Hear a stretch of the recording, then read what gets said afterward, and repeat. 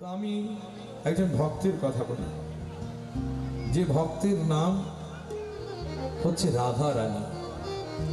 আমি একজন ভক্তের কথা বলি, যে ভক্তের নাম হচ্ছে ধ্রুব মহারাজ। আমি একজন ভক্তের কথা বলি, যে ভক্তের নাম প্রহ্লাদ।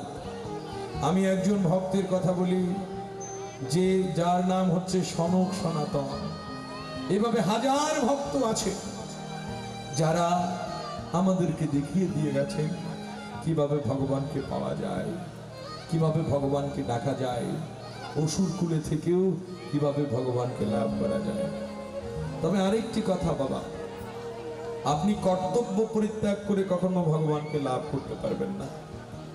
আপনি ঘরে আপনার মাকে আপনার বাবাকে ভালোবাসবেন না, অথচ মন্দির বানিয়ে পুজো করবেন, সে মন্দিরে ভগবান থাকবে না। তো আমাকে একটা গানের অনুরোধ করেছিল, ওই গানটি একটু করে করে তারপরে আমরা গীতার মাহাত্ম্যের দিকে যাচ্ছি। আপনারা দেখতে পাচ্ছেন স্বর্গীয় বাবুল দেওয়ানজি মহোদয়ের ছবি এখানে চারপাশে ছড়িয়ে ছিটিয়ে রয়েছে। তার চেহারাটা সবাই দেখতে পাচ্ছে। তিনি আজ আমাদের মধ্যে নেই। তিনি কারো বাবা, কারো ভাই, কারো বন্ধু, কারো আত্মীয় স্বজন, কারো প্রতিবেশী। কিন্তু এরকম জ্যান্ত একজন মানুষ হুট করে হারিয়ে যাওয়া, এই মৃত্যু আমাকে শেখায় যে তোমার হাতেও বেশি দিন সময় নেই, তোমাকেও মরতে হবে। তাই বেশি ভোগ, বেশি বিলাসিতা, বেশি নিজেকে নিয়ে মত্ত থেকো না, ভগবানের গুণকীর্তন করো।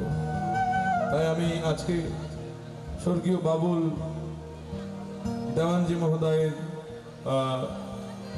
মহোদয়কে শ্রদ্ধার্ঘ নিবেদন করছি একটি গানের মাধ্যমে। স্বর্গের মতো ছিল আমাদের ঘর, সে ঘরে ছিল শুধু সোহাগ।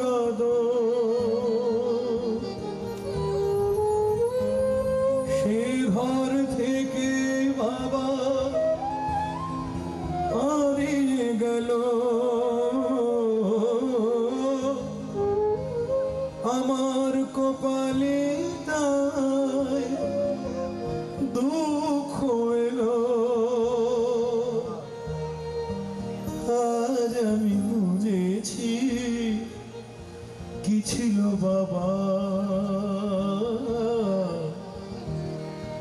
মন্দ হোক ভালো হোক বাবা আমার বাবা,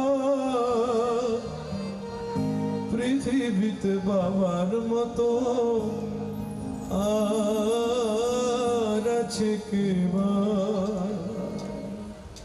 পৃথিবীতে বাবার মতো কেউ নেই। আপনি মা যে কাউকে ডাকতে পারবেন। ধরুন আমি আপনাকে মা ডেকে নিলাম, আপনি নিশ্চয়ই আমাকে সন্তানের মতো করে ভালোবাসবেন, কারণ মা মাই হয়। মায়ের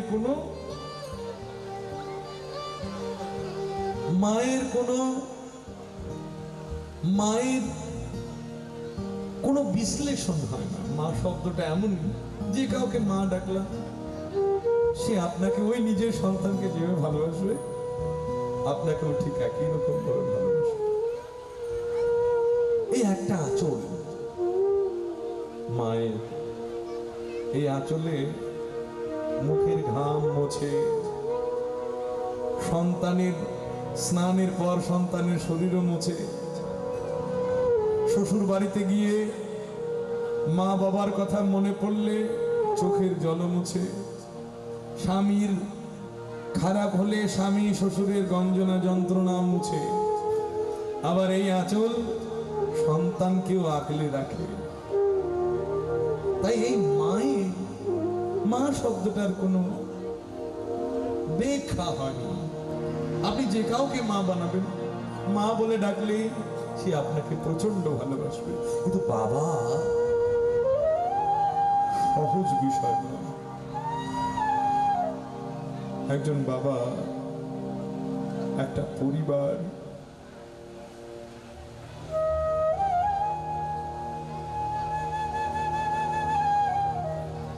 আগলে রাখতে কত না কষ্ট করে। সারাটা দিন পশুর মতো খাটে, সন্ধ্যায় এসে ছেলের মুখ দেখবে বলে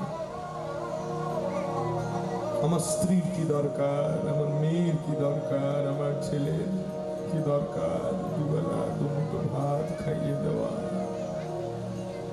কার কি প্রয়োজন, ঘরের কোন দিকে কি কি সব কিছু ওই বাবাটা দেখছে। মাটাও করছে, তবে অর্থের যোগানটা দিচ্ছে বাবা। ভাগ্য ভালো হলে হয়তো আপনি ভালো একটা চাকরি পেয়ে গেলেন, কিন্তু একজন দিন মজুর বাবা কত কষ্ট করে সারা দিন বোঝা বইয়ে 400-500 টাকা পকেটে পুরে ঘরে এনে এক বস্তা চাউল এনে ছেলেদেরকে বা কিছু খাবার নিয়ে এসে ছেলেদেরকে খাইয়ে দিতে পারলে তার হৃদয় শান্ত হয়ে যায়। সে খাওয়ার কথা ভাবে না। আমি আমার বাবাকে খুব কাছ থেকে দেখেছি। তার একটা জামা ছিল, যে জামাটা অনেক বছর আগে বানানো, খুব মোটা কাপড়ের। আমার এখনো সেই জামাটা ঘরের মধ্যে আছে। জামাটার মধ্যে ছিদ্র ছিদ্র হয়ে গেছে। দুর্গাপুজো এলেই, পহেলা বৈশাখ এলেই আমাদের জন্য নতুন জামা। কোথা থেকে আনছে, কিভাবে আনছে তা জানার সুযোগ ছিল না। নতুন জামা নিয়ে ঘরে ফিরছে। আমরা খুব আনন্দে নেচে নেচে বাবার হাত থেকে জামাটা নিয়ে পরে নাচতে নাচতে দুর্গাপুজোয় যাচ্ছি, পহেলা বৈশাখে আনন্দ করছি, কত কিছু করছি। কিন্তু এটার পেছনে, বাবার ওই ছেঁড়া শার্টের পেছনে কত ইতিহাস লুকিয়ে আছে, সেটা আর কখনো অন্য দেখতে যায়নি। তাই মন্দ হোক ভালো হোক, বাবার মতো পৃথিবীতে আর কেউ হয় না।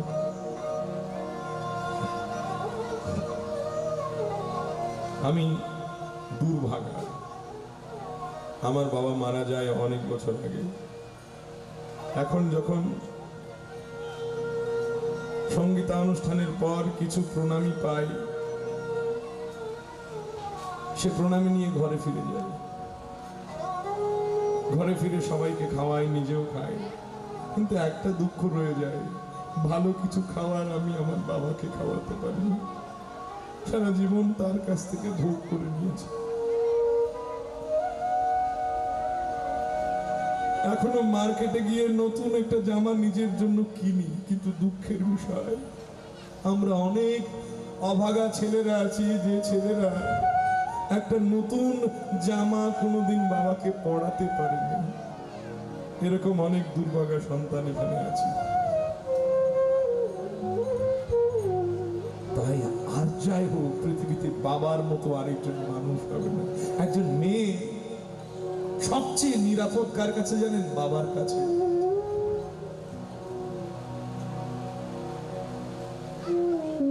শ্বশুর বাড়ি থেকে কত কথা, আপনার মেয়ে খারাপ, আপনার মেয়ে অমুক সমুক, বাবা চুপ করে সব শুনে যায়।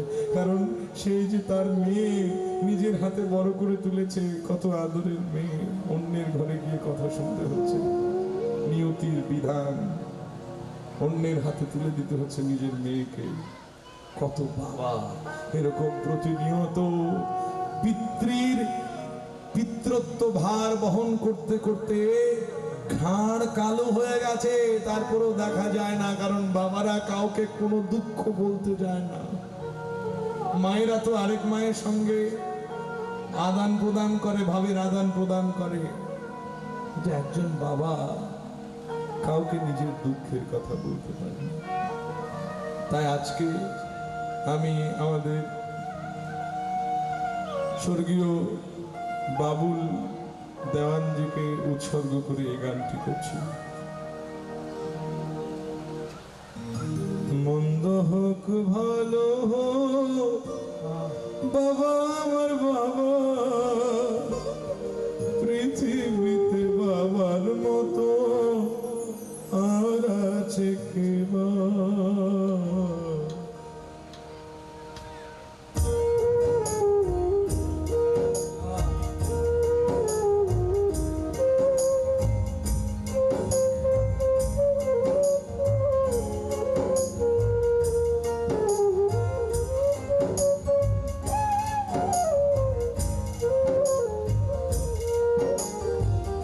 মন্দ হোক ভালো হোক বাবা আমার বাবা, পৃথিবীতে বাবার মতো আর আছে কে মা? মন্দ হোক ভালো হোক বাবা আমার বাবা, পৃথিবীতে বাবার মতো আর আছে কে মা? পৃথিবীতে বাবার মতো আর আছে কে মা?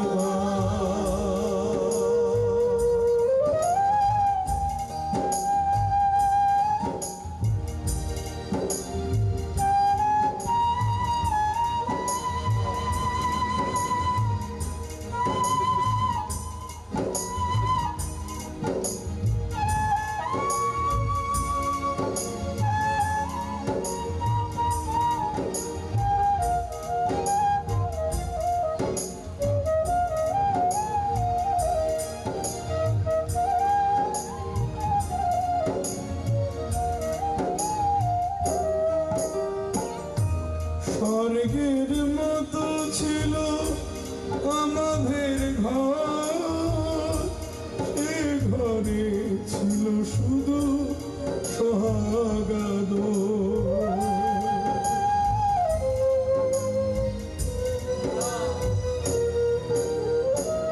স্বর্গের মতো ছিল আমাদের ঘর, সে ঘরে ছিল শুধু সোহাগাদ। সে ঘর থেকে বাবা হারিয়ে গেল, সে ঘর থেকে বাবা হারিয়ে গেল। আজ আমি বুঝেছি বাবা কি ছিল। মন্দ হোক ভালো হোক বাবা আমার বাবা, পৃথিবীতে বাবার মতো আর আছে কে মা? পৃথিবীতে বাবার মতো আর আছে কে বা?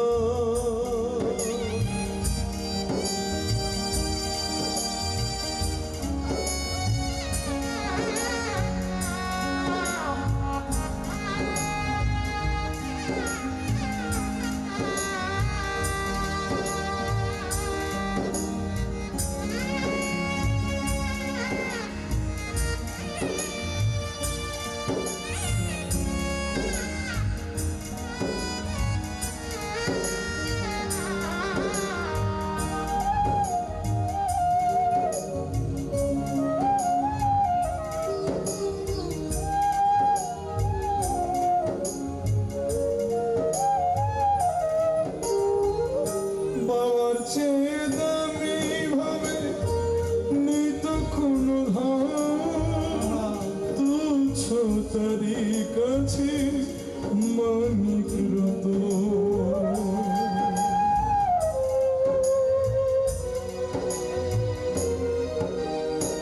প্রতিদিন আমরা রাস্তায় দেখি কত মানুষ বাবার পরিচয় নেই। প্রথমত বাবার পরিচয়, আমার বাবা তার নিজের পরিচয়ে আমাকে মানুষ করলেন। এই যে এটা অমুক বাবুর ছেলে, অমুক বাবুর মেয়ে, অমুক বাবুর সন্তান, কত ভালোবাসা মাখা।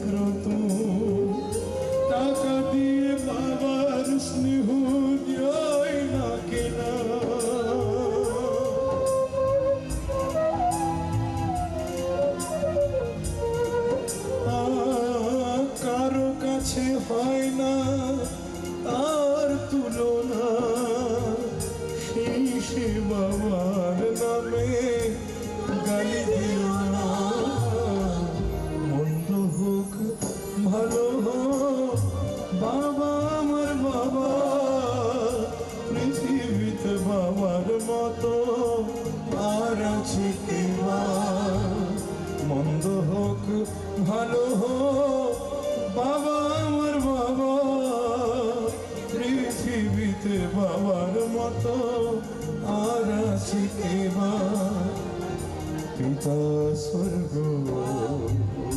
পিতা ধর্ম পিতা হি পরম তপো পিতরি প্রতিমা তন্নে প্রিয়ন্তে সর্বদেবতা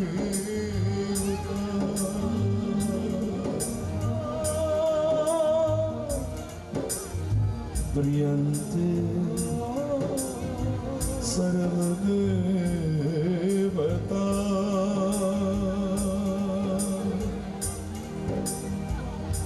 সর্বদেবতা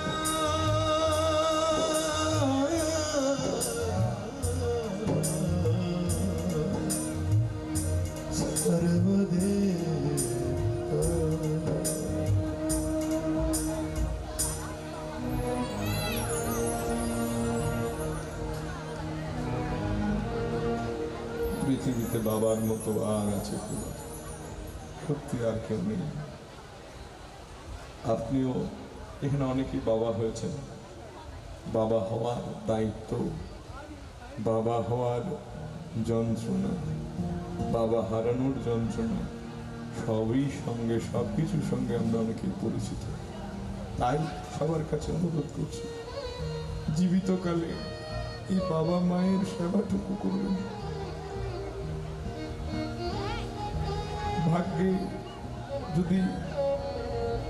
ভাগ্য যদি এমন হয় যে আপনি বাবার টাকায় পড়াশোনা করে বড় হয়ে গেলেন, যখন চাকরি পেলেন, টাকা উপার্জন করলেন, আপনার টাকাটা খাওয়ার জন্য, আপনার টাকায় একটা কিছু কিনে দেওয়ার জন্য বাবাটাই আর থাকলো না। এমন যাতে না হয়। দুবেলা ভালো মন্দ খাওয়ার বাবা মাকে অন্তত আগে খাওয়াবেন।